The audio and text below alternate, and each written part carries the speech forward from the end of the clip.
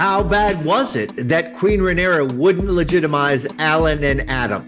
How bad was it that Corlys snapped back at Rhaenyra? And what is the most exotic animal you've ever eaten? We'll answer all those questions and more on this episode of The Joffrey of Podcasts. I've been very busy. Many important matters require King's attention. I'm king now. King now. I am king. I am king. I am. Kiss it. I am. Kiss it again when I return. Your fingers or your king doesn't discuss your battle plan. Each one. Stupid girls. Your fingers or your tongue. I am the king. I'm telling mother. Oh. Welcome to the Joffrey of Podcasts. My name's Bubba, and with me, as always, is Catfish the White? Question mark. It's Catfish.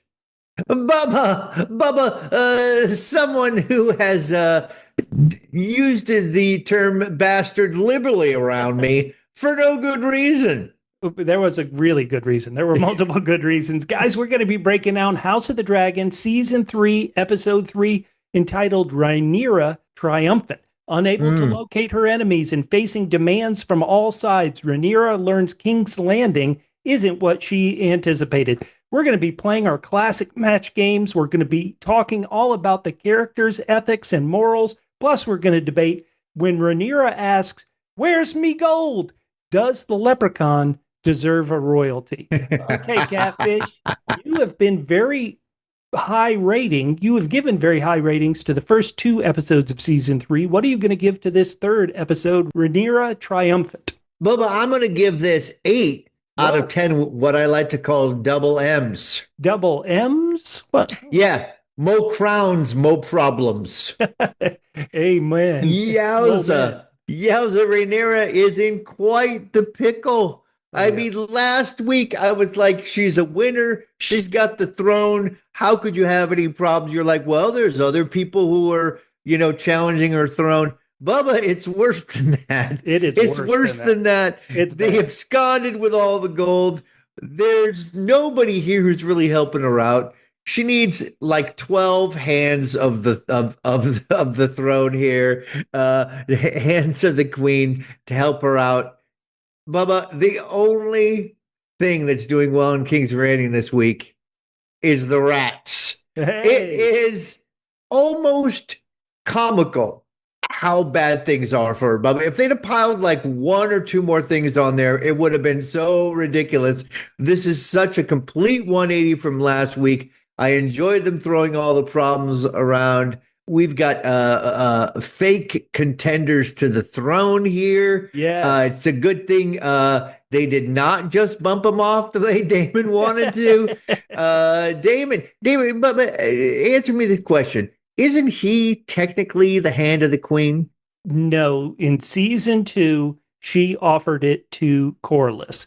Right. Maybe because he was off on his Harrenhal dream quest in Season 2. Like that Damon, you would not want his hand to the queen. No. All right. So Viseria is her her mistress of whispers, yep. Right? So she needs a damn hand here to at least keep people off of her. Look, I don't know how anybody could really respond well to this. Things are tough. And I'm here for it. It's more drama. I thought, well, we're going to have to really set the table here before there'll be problem for Rhaenyra. No. Mo crowns, mo problems, Bubba. That is so I gave it a good 8 out of 10, Bubba. What did you rate this episode? Catfish. Yeah. I feel guilty that I gave it this rating. I think I should go higher. You should. That just tells you my rating is only going to be 9 triple Fs out of 10. 9. That is amazing. Wait, triple Fs? Finally, Fireworks Factory. You have been beating me up. I've been beating myself up about how it seems like I have to have huge spectacle and action. It was never about ship battles or dragon battles. It was about drama, conflict, heightened stakes.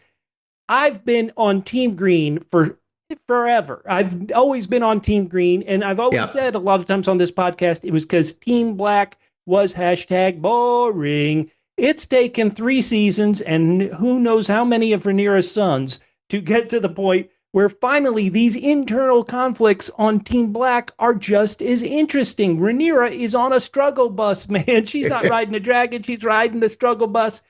In the past, Rhaenyra was always right, and the rest of Team Black wouldn't listen. Just shut up and listen. That is not interesting drama, in my opinion. What's interesting is Rhaenyra is right some of the times, but then is given two terrible options and makes a terrible choice. That is good. That is brilliant drama. They are foreshadowing. We never really go into the book spoilers at all, but they are foreshadowing what's going to happen in this war very well. 9 out of 10, and I feel guilty I didn't rate it higher because I enjoyed this episode that much.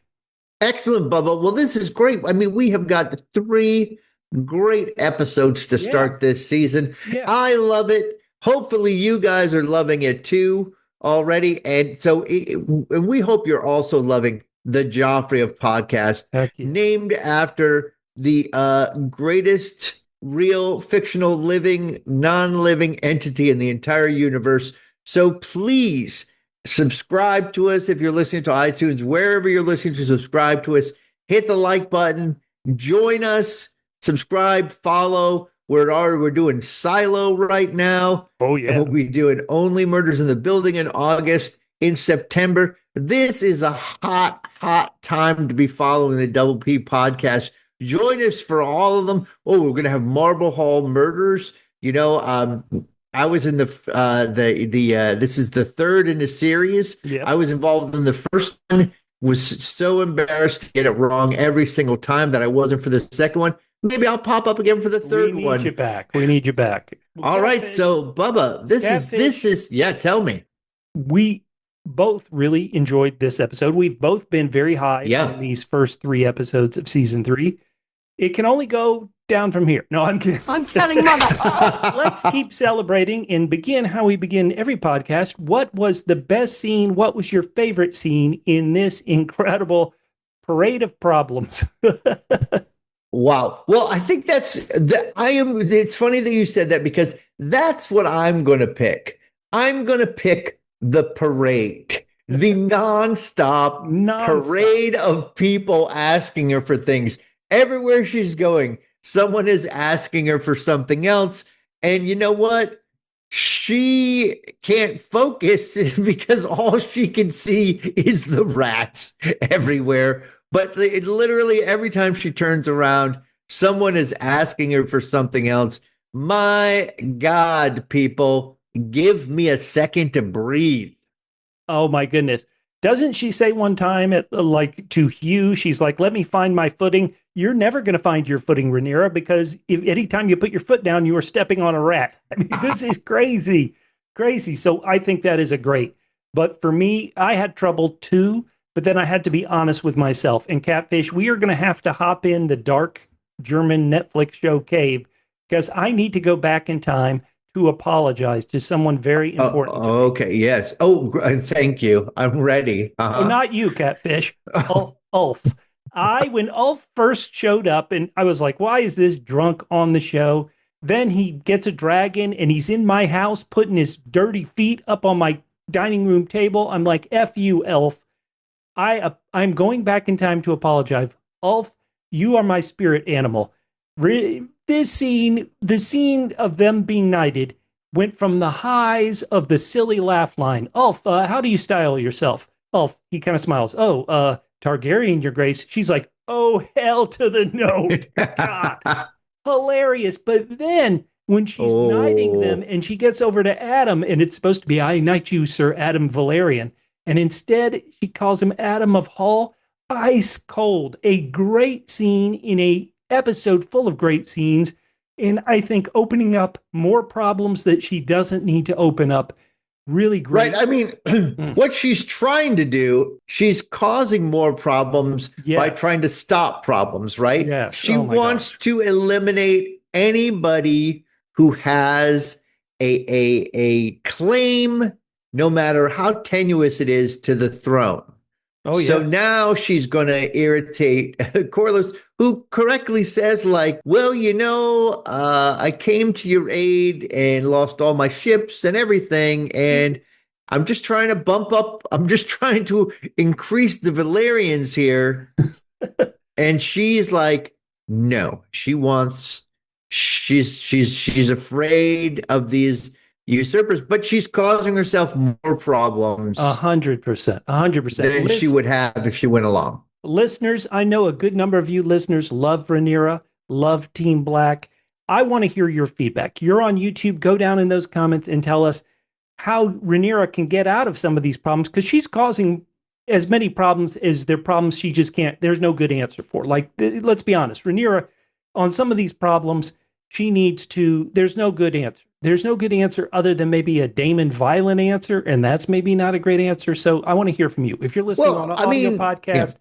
At WPHQ on social media. Sorry, Catfish. Let's keep going with these problems. Well, just in her defense, her main problem is that all the money is gone.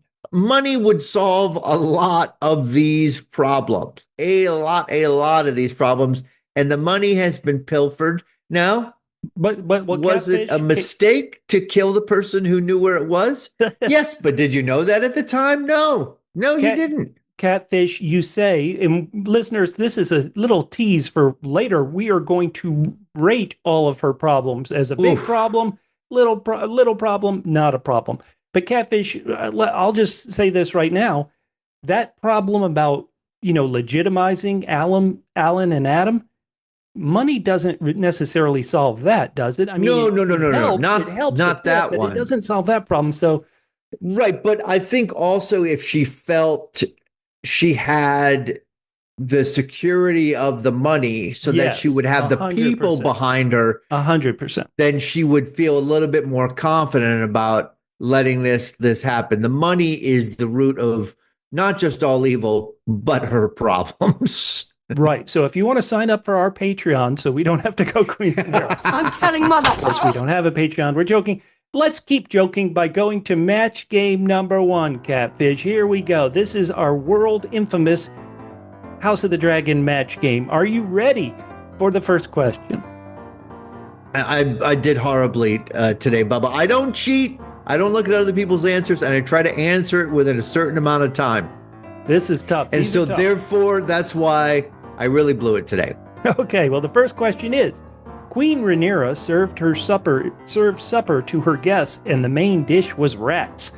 Still, it was better than the other options. Prince Daemon would have served them blank. Queen Rhaenyra served supper to her guests, and the main dish was rats. Better than other options. Prince Daemon would have served them their own heads. Hey, I think that's fine. That's of course what he would do. Hell yeah. Well, he really wanted to get in the episode. He wanted to let them slide, but his natural would be that. All right, Bob, I'll ask you the question. Queen Rhaenyra served supper to her guests, and the main dish was rats. Still better than the other options. Prince Daemon would have served them his nephew Darren.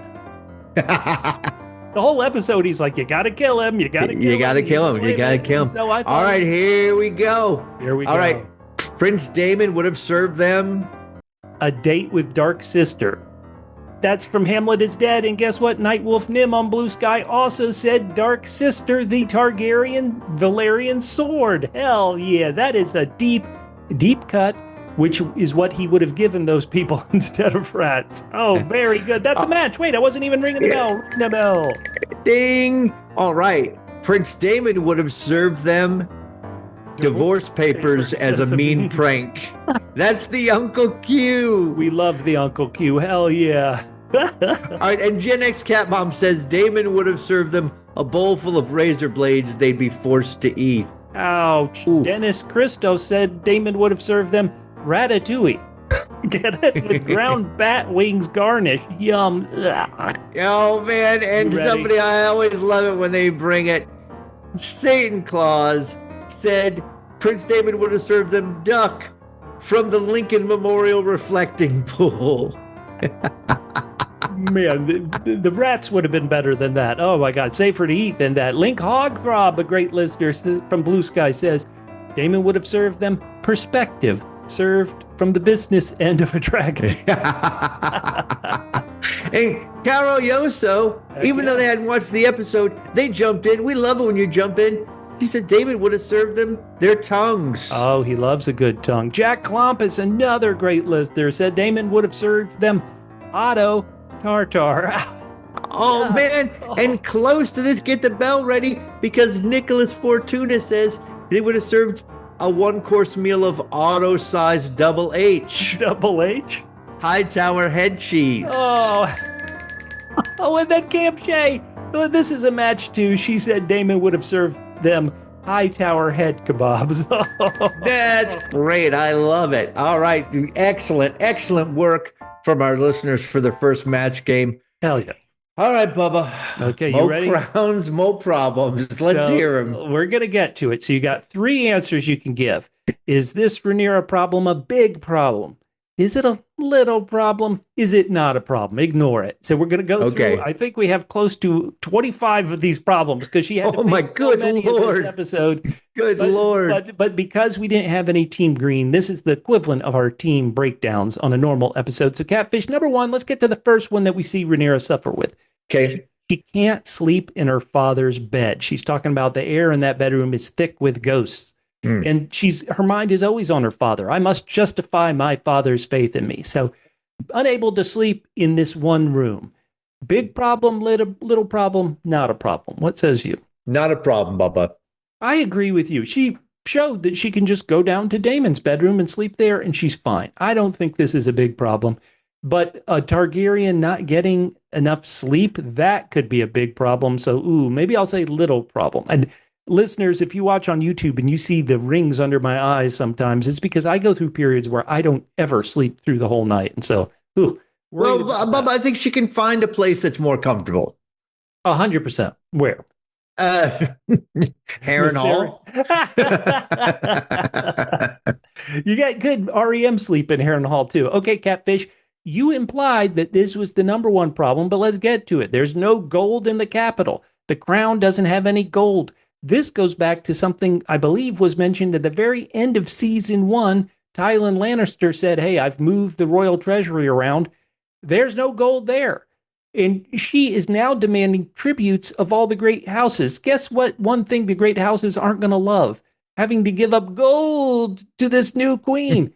So is this a big problem, little problem? Not a problem.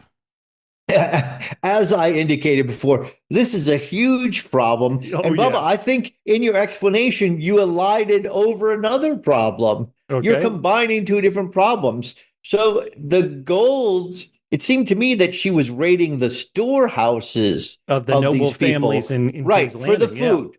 So not having gold is a problem.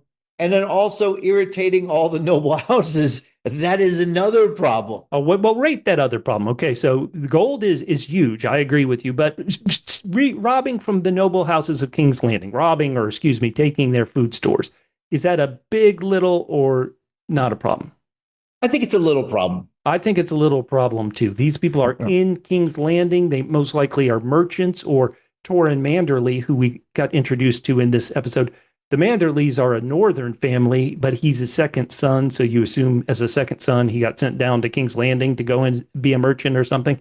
Yeah. So I think that part is a little problem. So we're at the very least, we're at kind of still only one big problem, though, the no gold. So, okay, let's get to this. 2 of her most trusted, and I'll put trusted in quotes, advisors, Daemon and Mysaria, seem to hate each other. Mysaria is seeing the maester say, I don't know where the gold is. Mysaria says, I fancy I can sniff a lie. Daemon immediately, no one asked you.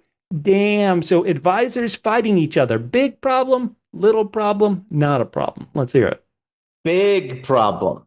I think this is a big problem. Oh, man. Because you can't trust either one of them. And they're going to work against each other and not together. That is a big problem. Listeners, we are rating all these. Admittedly, we're going to have so many that it may be tough to list them all down in the comments. List what you think are the big problems. List what you don't think are problems. Or if you want to vote on all of them, we want to hear it. Now, this next number, technically, I think number 5 now, we've got the granaries are empty and the fields appear to be bare. No food, Catfish. Big problem, little problem, not a problem. That's a big problem, Bubba. That is a big problem. Okay, we're up to 2 big problems. Okay, good.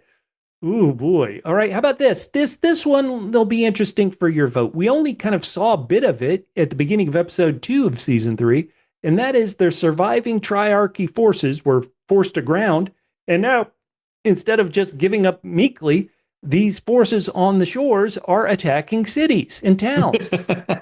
Big problem, little problem, not a problem. Those are my boys right there, the triarchy. They don't quit. No. I would say that this is you know what I'm going to put it, I'm going to say medium problem. I don't know. There's a space between little and big, and this is right where this fits. Well, they are, unlike some of your other foes, they don't have dragons. So you're right. I don't think this gets up to the level of big problem, but not good. And I knew you would love the triarchy, not quitting, keeping the dream alive. I love it. I love it. Now, this one from Corliss, he points out that, hey, we need, everybody's starving. We don't have any gold to buy any food, but even if we did, we really don't have enough ships to bring it here. After Rhaenyra had heard a bunch of these problems, she had what I thought was possibly a comical line where she said, our circumstances are unfortunate. So, okay, not enough ships, Catfish. Big problem, little problem, not a problem. Ooh. I'm gonna have to say big problem. Okay, we're up to 3. I'm losing count already. 3 or maybe 4 big problems now that I think about it. Holy smokes. Okay. How about this? Prince Aemond, her half-brother, and the biggest dragon in the world, Vhagar, are missing. Now, this brought kind of a tender moment in the episode when Daemon heard that Simon Strong was dead. He almost had kind of like a sad face, like, oh, that's too bad. Rhaenyra is like, well, okay, I'm going to offer a bounty for whoever brings me Aemond's head. And Daemon responds, we don't have a bounty as it seems. So Aemond and Vhagar missing. Big, little, not a problem. What do you got? I mean, right now, I'm going to say, I never would have thought I would say this. I'm going to say the fact that they're missing is not a problem. I'm going to say it's the only good thing they got going for them. Right. Aemond got, shivved in the back in last week's episode, so he's not around. So for a brief period of time, this is not a problem. I'm with you. Can you believe the biggest dragon in the world? And we're saying, not a problem. Okay, how about this? She still wants to know about who was that dragon in the Battle of the Gullet, who was there and led to Jace's death. She has no news on Sheepstealer, and this is upsetting her. So Baela, her stepdaughter / niece, Baela, comes up, who was going to marry Jace. She walks by her in the castle without saying a word, Catfish. Ooh. So no news on Sheepstealer. Big deal, little deal, not a deal. Not a problem. As we all know, Bubba, no news is good news. Okay, so that's not a problem. That's good. Not a problem. Okay, so I think we're at 4 big ones. Okay, that's pretty good, but believe it, we're not even at the halfway part. She has rats in her castle. The rats are eating the candles. They may soon be in the dark. Rats in the castles. Big problem, little problem, not a problem. I have always said, and I may be wrong about this. Okay. That we're having water problems all around the world. Oh, yeah. A long time ago, like 20 years ago, my father told me the next world war will be fought over water. So we've got water problems and we've got rising seas, Bubba. 2 problems, we fix them with the same thing. Desalinate the water. Okay. So all I say is rats for food, Bubba. Rats for food. If you need food, cook the rats. So I'm going to say the rats are a little bit of a problem, but it does seem that the cook knows how to serve them. Well done, apparently. Flambéed, maybe. I will agree with you. It's kind of a little problem, and you're right. You know, when life gives you lemons, make lemonade. When life gives you rats, make ratatouille. Right. Okay, so once again, I think we're through 10 and still only 4 big problems. Okay, so this one is an interesting one. Because of how she left Dragonstone and took King's Landing, she doesn't have a single member of her Queen's Guard there in the city, in the castle. she's having to use the City Watch, the Gold Cloaks, as her protectors. Big problem, little problem, not a problem. I think it's not a problem. Their fealty is to Daemon, and Daemon's fealty is to her. Yeah. So I think that's gonna not be a problem. Okay. I mean, in as much as that anybody who is not getting paid is still going to be a problem. So, I mean, it could be because of the money, them not getting money, that they could be a problem, same as it would be with the common folk. Okay, boy, Catfish, that is a great point. They're called the Gold Cloaks. Do you think she can say, well, your cloaks are called Gold Cloaks, but for money, I'm actually going to give you these rocks. I'm going to give you these pebbles. How about that? I'm going to say little problem for now. So far, it hasn't been a problem, but I'll say little problem for now. Okay, this one. Ooh, I wonder if you're going to agree with me. And we are talking about the problems. We can also talk about the scenes. I thought this was a great scene of like, Rhaenyra, what are you going to do? How are you going to answer this? The Septon won't anoint her. Rhaenyra met with the Septon. She wants to be coronated. The Septon, he's like, well, hold on. I just did it a couple of months ago. I anointed your brother Aegon. And she's like, well, he's dead. He goes, oh, wait, he's dead? Well, then he should be with the Silent Sisters and all these other things. And she's like, nah, don't worry about that. She's like, hey, I have dragons. And this guy snaps, holy smokes. And I want to read this verbatim because it was ice cold. My gods do not deal in dragons. They are a profane magic created in darkness and pride and lust for power, for impunity. They destroy, but they do not create. There is no good that can come from them. Otherwise, you're a nice person. Whoa. I mean, all I can say is if he'd have said that to Aemond, there would have been a new Septon. Oh, man. I kind of thought she might do that, too. Now, he tells her, his final jab is do not make an enemy of the faith.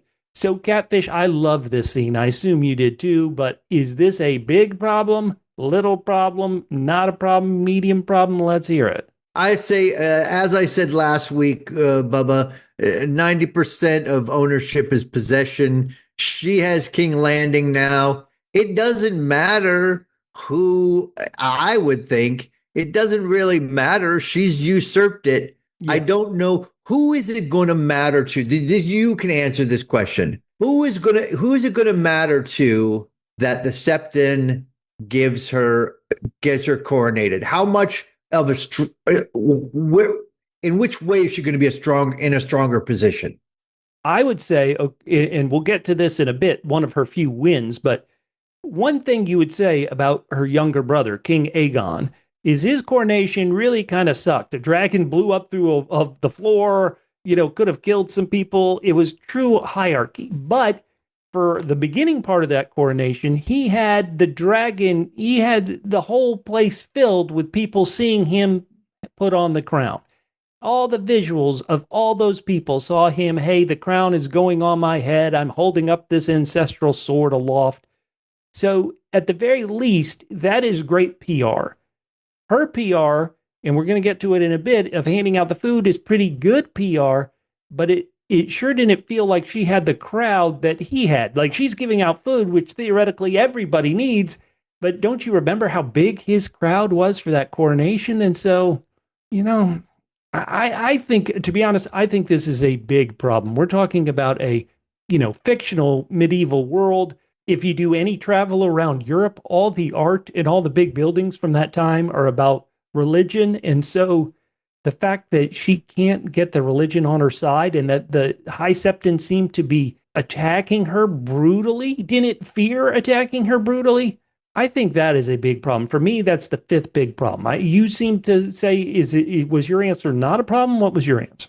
Well, I was waiting for you to tell me what advantage she would have. Well, it's you didn't give me a strong enough answer. Well, you're right. I'm saying it's a PR move, but PR with the church in this world, I imagine would be big. So to me, that's a big problem. But if you disagree, that's fine. I'll have five big problems. You can have four. Okay. Now let's get to one that we can debate about. Once again, I thought some great scenes. So problem number 13. She's upset Corlys and she won't legitimize Alan and Adam. These two great scenes. She's at dinner with Corlys. Alan and Adam are there too, and it's a bit awkward. And Corlys is like, you probably figured it out that they're my sons. And she's like, really, I've been busy and hadn't thought about it, but sure. He asks they be legitimized, and instead of an immediate yes, or even you would say an immediate no, or how about a immediate, let's do it in 6 months. Let me have the chair for 6 months, then we'll do it. Instead, she gives the non-answer of, it is well that you have found an heir. Oh boy. Then I've already mentioned when knighting them, not saying Adam Valerian, but instead saying Adam of Hull. Then Corlys confronts her and she's like, hey, no can do. And Corlys is hashtag not happy catfish. Oh my God. Oh my God, is he angry? And he has lost everything. I've already talked about how, admittedly, his wife was a Targaryen, but he married this woman. As soon as he kind of has gotten in bed with Rhaenyra, he lost his son who married her. He lost his daughter who married Daemon. The strong boys who he was willing to take on as heirs, 2 of them are dead. His castle's been burned. His fleet has been destroyed. I mean, is anything going good for him? And this is the final straw that really causes him to snap. And I'm surprised. And if Daemon was around, what do you think Daemon would have done if he had heard Corlys have this just absolute trashing of her boys, calling them bastards? Dang. Wow. So is this a big problem, bad problem? What do you think of these scenes? Let's hear it. I mean, I love the scene. I mean, he's got every right to be righteous here. Has given it all up for her. And, once you start slinging that word around, you better, they say about people in glass houses shouldn't throw stones. She threw a stone and Corlys threw about 12 back. Well, okay, big problem, little problem, not a problem. I'm going to say, I'm just going to say in the realm of things right now, it's not a big problem simply because he's right. They don't have the ships, so there's not much that Corlys can do. They do have one of the dragons. Yeah. So that could be upsetting. But other than that, I'm not sure how much trouble he can cause her. Catfish, I love that you came up with the exact same answer I did. I thought we were going to debate. No, Corlys has nothing. Corlys gave everything for your cause. He lost everything, and now he's not powerful enough to do anything. So I'm agreeing. A little baby problem, a little tiny itty bitty problem, if at all, right now. Ouch. I'm sorry, Corlys. But ouch. It's like you bought some Trump crypto. You really, oh boy. Poor Corlys, and angry Corlys. What is he going to do in the coming week? Okay, how about this? This is a commoner who's petitioning her when she's on the throne. The woman needs fleece, but the dragons are eating all the sheep. And to maybe, shear the sheep before they're eaten by the dragons, she's going to have to get, some workers, get some tools maybe, and it's going to cost 500 gold dragons. Guess who I imagine doesn't have any 500 gold dragons lying around? So no fleece for your clothes makers. Big problem, not a problem. What do you say? I say it's a little to medium problem. Okay, I'm gonna definitely little for sure. The next problem 15. The butchers don't have any meat because those dragons are eating the sheep, and there was the blockade. Rhaenyra pitches a solution that a lot of people are like, hey, nixay on that. You shouldn't open up the King's Woods, which are your woods, your lands, your game is in there. She pitches that, and Corlys is like, I don't think so. Is this a big problem, little problem? What do you think about this, Cat? Well, no, hold on. Yeah. Then she's like, okay. But then she's like, okay, but only the rabbits. So they're fine as long as those rabbits have overrun the Kingswood. What if she, said you can eat the rat's bits? Go into the Kingswood and eat the rat's bits. Oh my goodness. Okay, so Catfish, I love you're a problem solver. You're trying to be her hand of the queen. Very good. She needs it. My God. Oh boy. Oh boy. Okay, well, how about this? This is problem 16, I believe we're up to. The small folks are upset at how they've had to be living in this blockade and war that's been going on. Sylvie, and we saw Sylvie, she runs a pleasure den, I guess is how you would call it. We saw Aemond sitting in her lap last time, and it wasn't like he wanted sex, he just almost wanted to be mothered. Hello, one-eyed Aemond.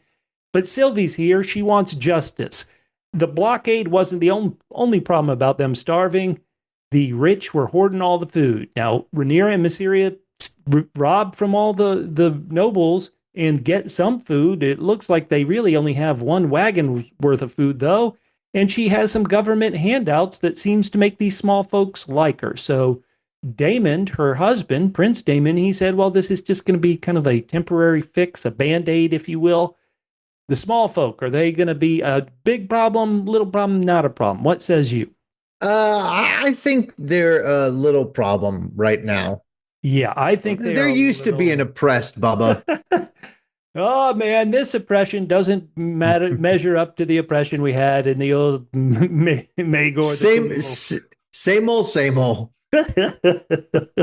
Listeners, what do you think? Once again, we want to hear your answers, and I'm going to get to one that I think a lot of you are going to say is the biggest problem. Catfish said it was the infamous loss of money as the biggest problem. Do you still agree, everything we've gone through, Catfish, that the money is still the biggest problem? Absolutely.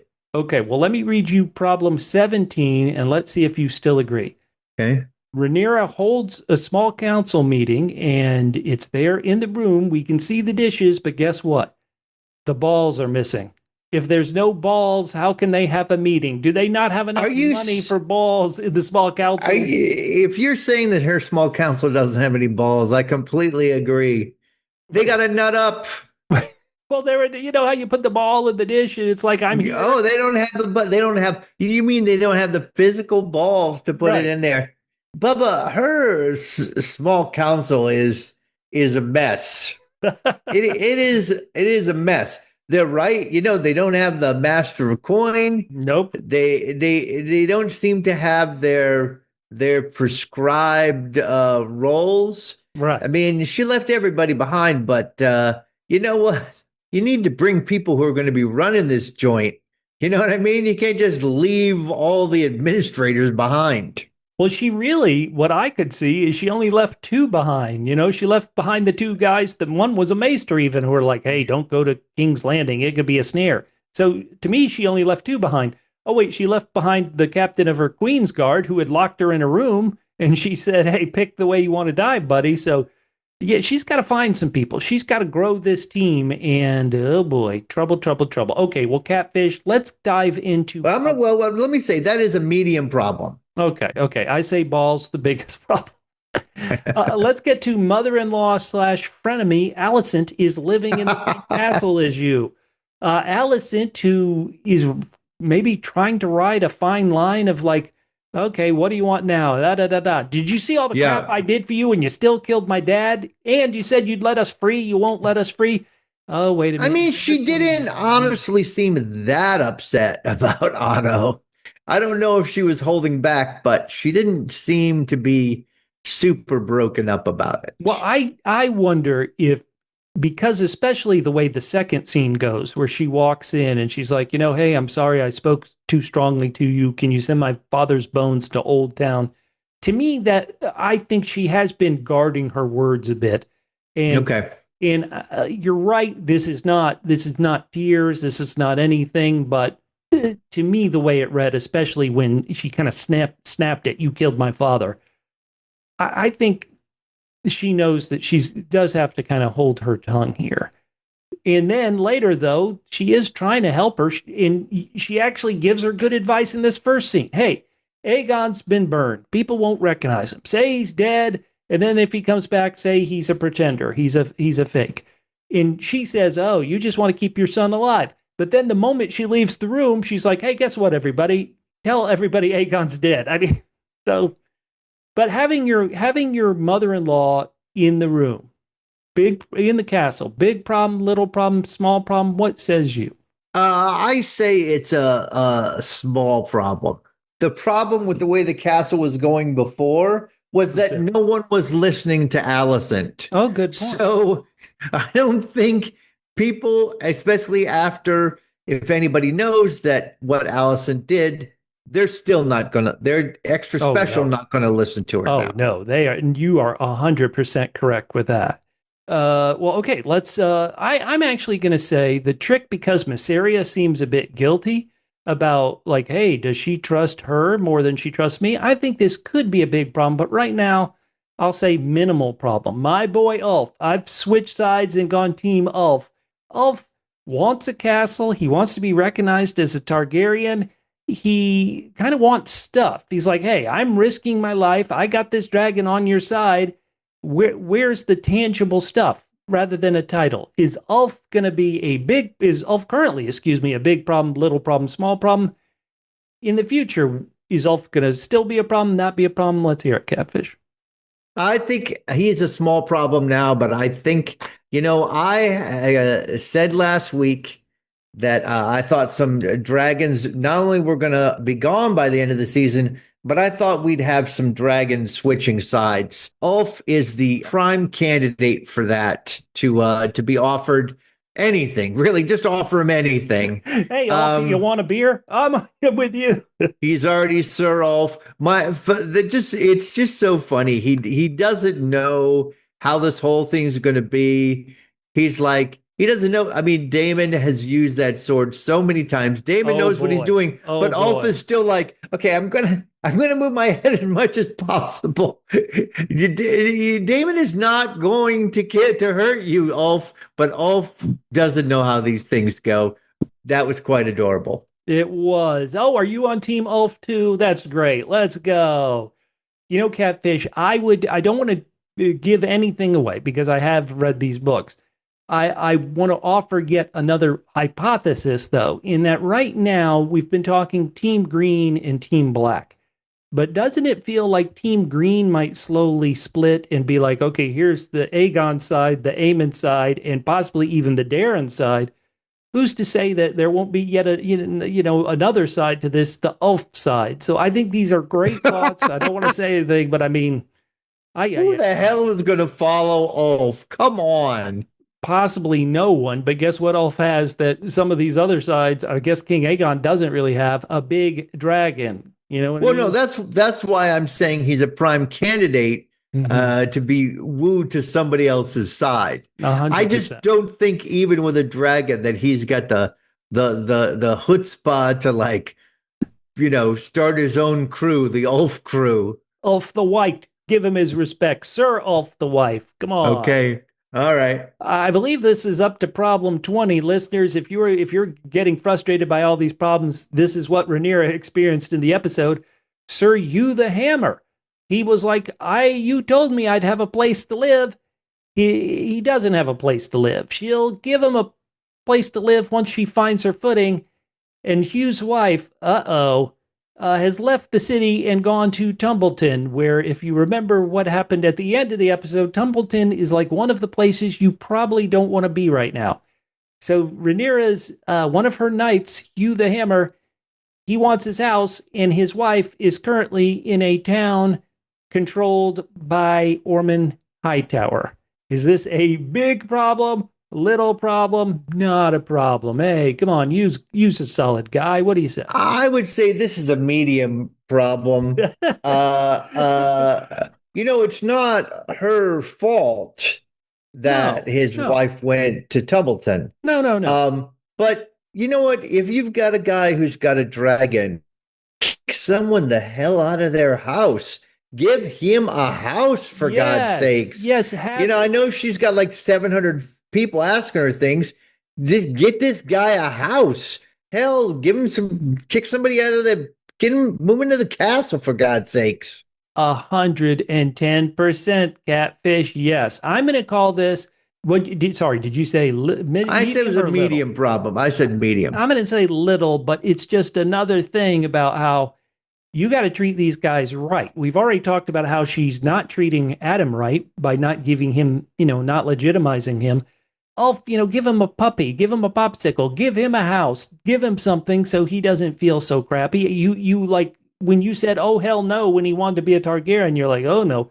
And now all he needs is a house. This is exactly right. Give him a damn house. Delegate. Somebody, one of these gold cloaks can find a house that Hugh the Hammer can live in. Oh boy. All right, well, Catfish, we've already talked about the nobles being robbed. How about this? Your husband, Daemon, wants to take over the world. He's like, who cares about the small stuff, about people starving and us not having gold? We've got 6 dragons. Let's take over the entire damn world. I style us gods, Rhaenyra, as we were always meant to be. Your husband having a god complex. Big problem, little problem, not a problem. Let's hear it. I mean, I know we've gone back in time, but the last time we saw a Targaryen try to take over the whole world with their dragons, it didn't end up too good for her. Oh, no, not at all. Oh, boy. So is this a big problem? How about this? Do you agree with Daemon? Do you agree with any of the things he said? He wanted her to kill this Daeron imposter. He wants her to, just really kind of burn her way out of all her problems with her dragons, and he wants to take over the world. Does he have a point in any of it, or is he? Well, I don't understand where his head is at. Like, sure, that's a great idea. Let's take over the whole world, but things have gone to hell right here. Can we take care of King's Landing first? Like, you just want to jet off? Like, no. He should understand that that's really, like, you're thinking too small. And she's like, you're not thinking at all, you moron. So I've still lost track. Did you say this was a big problem? I mean, this is her husband. This is her number one ally, maybe? I mean, if he doesn't have the stomach for this, it sounds like he doesn't really care about it. Then I'm going to say it's a medium problem. Okay. Now let's get to, listeners, we've had so many, I've lost count, but let's get to how the episode begins and how it ends. Ormond Hightower, he bent the knee real easy in the cold open. He's like, okay, I would fight, but I've got people to think of. I'm going to lay my sword here. I'm going to make a sacred vow pledging to Rhaenyra. Do you really think he had any thought of keeping that sacred vow? And he hands over a fake Darren. Oh my gosh. Oof. Rhaenyra buys it or doesn't catch the deception for 2 days. How about Daemon? Daemon, of course he's not going to recognize a nephew. He's an idiot. He doesn't care about anybody but himself and Rhaenyra. But and again, if Daemon, if Rhaenyra had followed Daemon's advice, he wouldn't even know. They wouldn't even have known that that they had a fakie. I mean, I guess eventually word have gotten back to him, but holy cow. The Tumbleton being taken over, they got the dragon. I was surprised they didn't try to take the dragon before, or at least do something with the small dragon. But now they got problems. They got real problems. I'm going to call this a big deal. This is a big problem. So does that get you to 5, Catfish? That gets me to 5. This I agree with you. I forget if I'm at 6 and 7. This episode was nothing but Rhaenyra dealing with it. It was so wonderful, but this is a huge problem.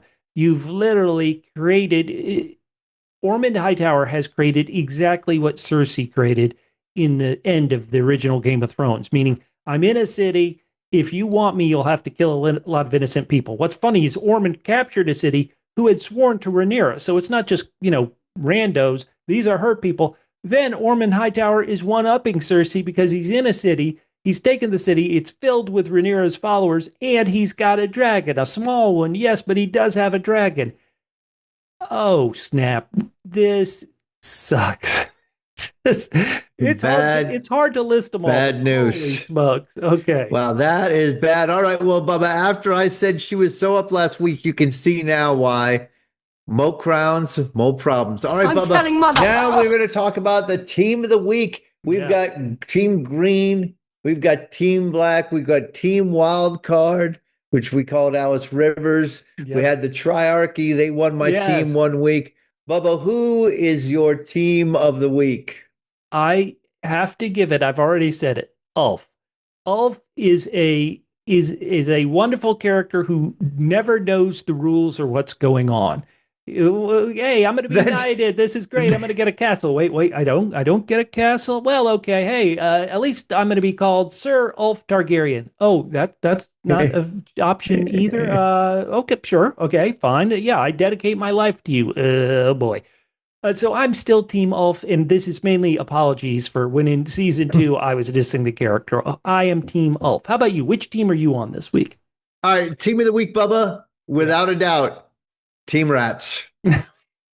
Wait, they got cooked up and served. How can you be Team Rats? Some of them did. There's plenty of them left. If anyone is in charge of King's Landing, it's the Rats, Bubba. Therefore, Team Rats win. All right, Bubba, our MVP of the week. It doesn't necessarily need to be, they don't need to be a part of the team of the week. No. Bubba, my MVP of the week, Daeron.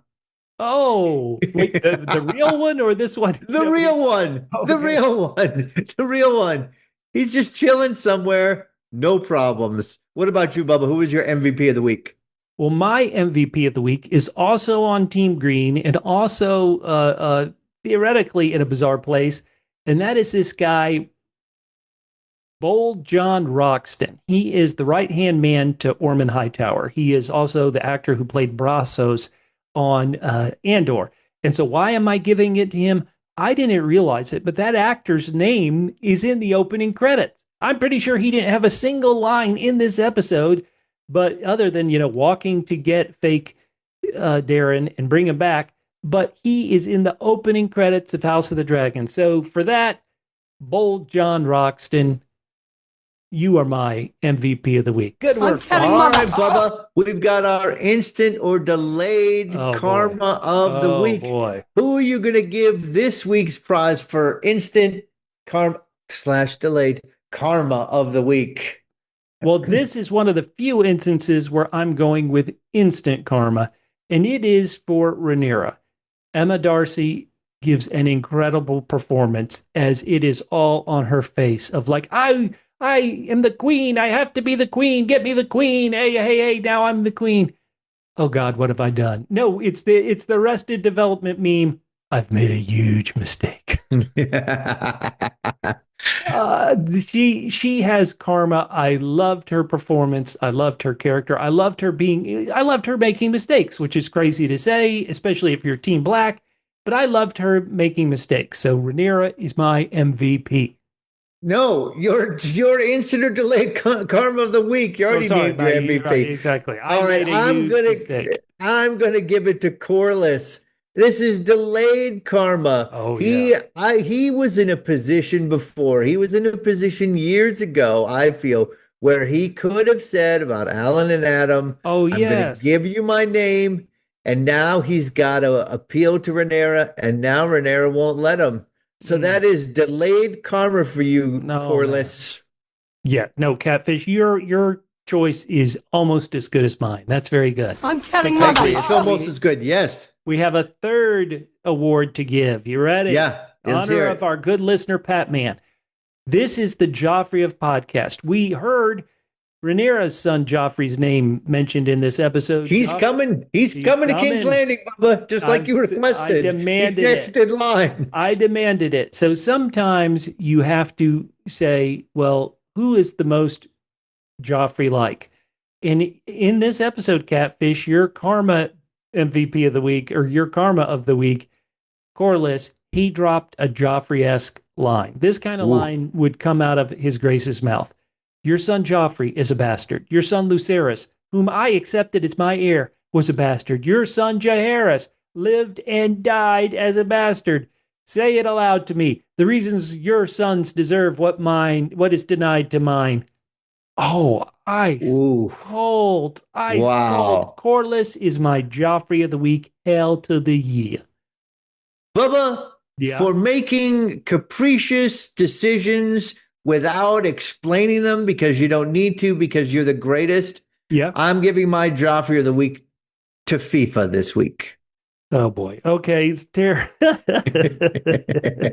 Explain to people in the future what FIFA did this week that was so Joffrey-like. Oh my gosh! Well, there was the player for the American squad was incorrectly given a red card. true, it was incorrect. It was incorrect, but FIFA just overturns it without explaining why.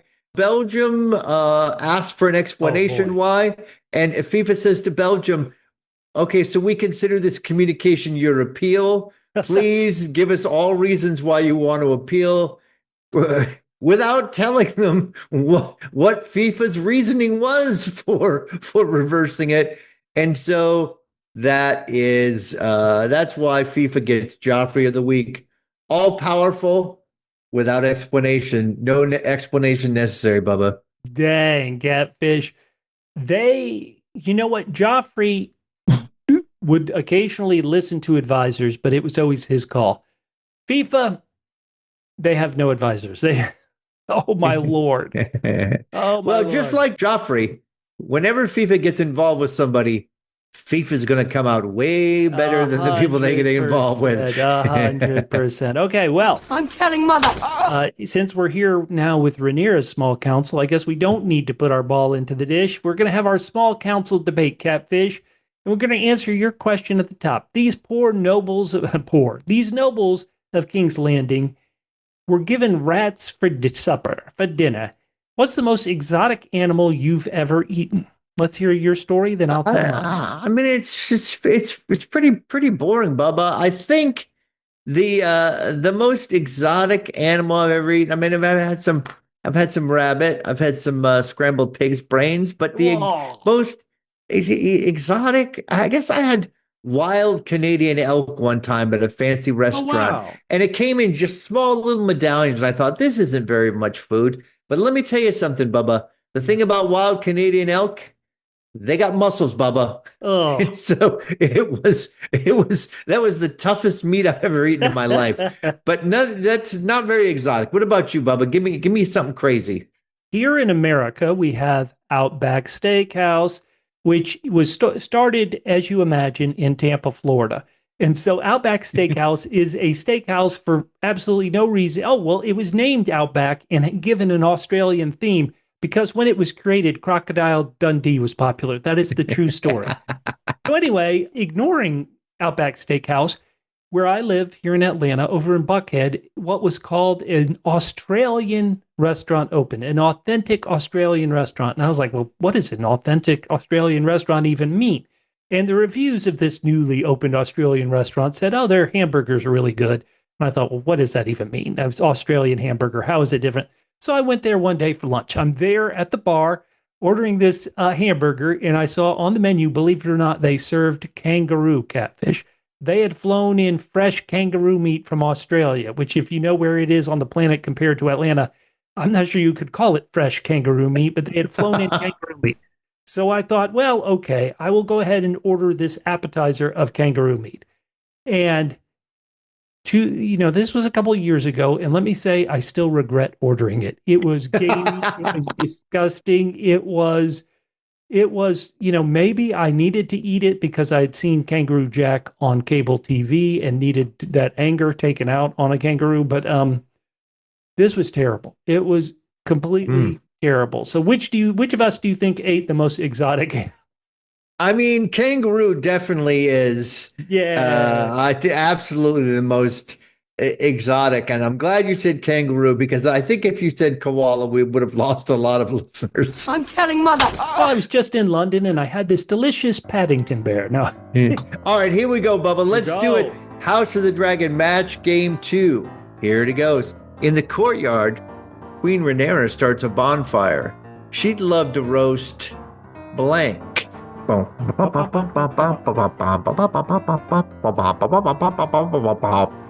Bubba. In the courtyard, Queen Rhaenyra starts a bonfire. She'd love to roast them all. Burn them all. Them all is my answer. Okay, Catfish. That's maybe not a greatest answer. This is a tough question. Who wrote this? Mine's not good either. I don't know. In the courtyard, Queen Rhaenyra starts a bonfire. She'd love to roast whoever's supposed to be dealing with all these problems. Oh, yeah. Hell yeah. But that's pretty good, Catfish. Hey, maybe this is a good question. All right, let's get to our listeners.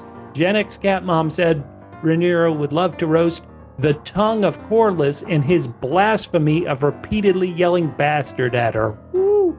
Oh, and Cam Shay 23 says she'd love to roast all the backtalkers. Oh, hell yeah. How about Hamlet is dead? She'd love to burn the double P. Double P? Putrid patriarchy. Whoa. Oh my God. Nicole Knight Wolf Nim says she'd love to roast Ormond's hair dye kit. Yeah, he did a great job on the fake Darren. Good work, Ormond. Good job. How about, oh no, the Uncle Q. He's just getting to it. What would she like to burn in the bonfire? More rats.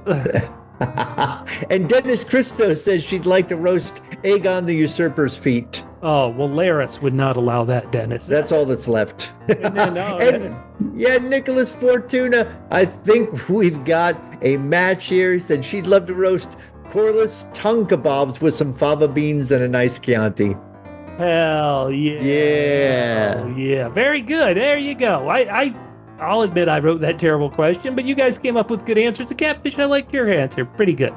We love to say we love your feedback, and let's get to it right now. We're going to start with feedback on this episode, episode 3. White Wolf, who's at WhiteWolf8769 on Blue Sky, said, if Rhaenyra was smart, she would have granted the Corlys' kids legitimacy. Corlys has sacrificed everything for Rhaenyra's cause, his wife, his castle, his ships, his very life.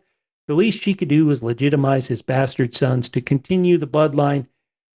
But everyone gets their just desserts in the end. Ooh, that's a bad sign, White Wolf. Especially if their dessert is after they finish their rat. Ooh. Oh my God, Camshay 23 the best says, of course Rhaenyra would have to be on her period while dealing with all the bullshit in King's Landing. She's gonna burn them all. Hey, there you go. Hell yeah. Oh boy. Now Pat Man's got some good points here. He says, although I am loath to criticize Rhaenyra, who did have a rightful claim to the throne, usurped. Okay. I feel that I need to call out a bad decision on her part. Oh boy. She decided to let her old squad stay back at Dragonstone because they were a little used to her in council. And of course, they irked her with their passive-aggressive negging and not taking her seriously and so on. Yep. She does have a legitimate beef with those guys, but it's wrong to keep them there for two reasons. All right, one, were they truly useless? Now Rhaenyra's back at King's Landing and she has Daemon, Viserion, and Corlys with her, but they're too busy arguing about government's role or talking about bastards. This with all the millions of stuff that's filling Rhaenyra's inbox. That's very good, Batman. She now has things these clowns can take on. She needs to bring them over, make them solve the tallow candle rat problem, balance out the equities between wool production, dragon feeding, and butchers making mutton. There's no need for Rhaenyra to personally offend a bunch of former Aegon loyalists with a rat banquet. No. Let her own loyalists turn their screws on their peers. Yeah. Lord Ston could probably help with some of these issues, but he can't do it if he's been quietly fired with his feet up on the painted table because he doesn't have anything to do. And if he goes home to Rook's Rest, Cole's garrison will string him up. Yep. Put those fools to work, Rhaenyra. Delegate. Oh, wow. Batman is 100% correct. And I guess that's what you were saying too, Catfish. She needs people she can delegate crap to. Get stuff done. Oh boy, great feedback. Hey, keep your feedback coming down in those YouTube comments on social media at PHQ. We have feedback about our debate last week, our small council debate about was Otto Hightower good? Was he a good hand to the king? Yada, yada, yada. I mean, you just went on and on, Bubba. So I'm waiting to hear, are people going to agree with you? Did they get suckered into agreeing with you like I did? Or did they push back? Let's hear it. Well, Dennis wrote, Otto was the opportunist architect of the Hightower ambitions and machinations to get one of theirs on the Iron Throne, and he used his daughter as the catalyst to do it. So I assume that means he was a good hand. No. Okay, Dennis, sure. Okay, well, Catfish, what did Nick Fortuna write? He said, you, Bubba, were questioning the show only giving Otto a few minutes of screen time. Mm-hmm. I think it was only available for a limited time since it's on another show, Apple TV, Star City. Not 100%. That's just a guess. That's the kind of thing that they would have set up ahead of time. I hope so. If he was already on another show and they'd kind of let him go, then he would say I just got a little bit of time. But Brianna Jasmine, here we go, Bubba. This is what I'm waiting for. Was Otto a good hand? Nope. Too self-serving, in my humble opinion. Whoa. Female viewer here. Oh. I strongly dislike that Alicent scene, and y'all are the sixth channel I'm watching that agreed it felt out of the blue and unnecessary. All right. Yes. Now, as far as you asked, she's about to write about a question you asked last week about, hey, Rhaenyra was showing, kind of at times weak and dare I say, what some people would call feminine qualities. And so why don't you read Brianna's feedback here? Because this is great to get it because we asked for it. So let's hear it. All right. As far as Rhaenyra, I'm on the fence leaning towards against her characterization, but Emma's acting has been amazing. So I'm trying to enjoy the ride and not feel robbed when I hear about badass book Rhaenyra. LOL, between her and Alicent, I'd really like to see a woman with agency and real power. I am with you. Let's do it. Heck yeah. All right, Bubba, we got some feedback on episode 2. Link Hogthrob gave it 9 out of 10 double A's. Wait, double A's? Alice's agenda. Oh. And he has said he's got to hand it to Otto. He never lost his head until the end. Hurtful. Hey, Albert Godleski wrote us and said, hey, guys, great episode as always. I agree with Bubba. The assault scene on Alicent with Lord Jasper was unnecessary. I don't know if it was the writers just wanted Lord Jasper to feel evil or Alicent to be in more danger, or they just wanted an excuse for him to be locked up so when Team Black arrived, they would have to go down to the cells. Regardless, it felt grossly forced. Thank you, Al. Yeah, I agree. I think it was just something out of the blue to be like, let's make this guy more evil so we like it when he gets killed. But excessive. All right. Conard Conrado says, great second episode. Well, the moment Alicent saw her dad's head on the ground adds dynamics. This will break bonds between the girls for sure. Alicent can't die. Okay. How can you be surprised / disappointed by Rhaenyra being an indecisive leader? You saw her many times already. Are you not paying attention? She was never a strong leader, and you just woke up after 2 seasons? Whoa. Haha. You got your badass female in the first episode, Lothar, and she died in a ship battle so we can stick with her bones, sadly. It's more interesting seeing someone who's not ready for the role to play the role, but I agree there's a need in the series for a strong female character, but Rhaenyra was never that. Can you imagine being put in a situation like she was to cut someone's head off, which she's not used to, and now things get more complicated because of Alicent? The situation has gotten out of control because she's weak and can't force her rules. For example, delay cutting off head of Otto to give herself time to think what to do. Instead, she's under influence of expectation and whispers of her uncle. And the worst thing she could do was just cutting off his head to my disappointment. They could pull off this more by letting him live for at least a little bit. Wow. I love that feedback. I have, just my opinion goes differ in a couple of ways, but I love it. And what you said is, isn't it more interesting to see somebody who's not ready? Rhaenyra is a great character, but she's not, at this point, she's not ready to handle all these incredible problems that we spent the whole podcast listing. So great point. Wendy Mills, here's some great feedback. Her rating for episode 2 would have been 9 out of 10, but she did wonder what was happening with Alicent, almost being assaulted. I didn't feel that was necessary and it added nothing to the story. Oh, Wendy gives us some match game answers. She says her answer to number 1, Rhaenyra would have offered Otto the position of head of Sodal. And her match game answer number 2 matched Catfish's answer from our podcast. Thank you so much. Thank you. Yeah, ring. Let me ring the bell. Excellent, Wendy. Thank you so much. And our final bit of feedback. Catfish, read it. Dr. Detfink says the biggest mistake the showrunners made was link the cat's paw dagger to Game of Thrones. All of Westeros knew of the Long Night before Aegon landed. Expect us to believe Aegon killed tens of thousands, see the field of fire, Harrenhal for the greater good? Rubbish. Whoa. The world of Westeros works best where every side has their own POV. Otto Hightower is the Mitch McConnell of Westeros, but he is correct at looking at the Targaryens as colonizers. Wow. I guess, this could be a real event. We don't know, but Otto Hightower and Mitch McConnell could be in the same state right now, based on some reports. Let's skip ahead and talk about that. Great feedback as always. Guys, next week we're going to have episode 4.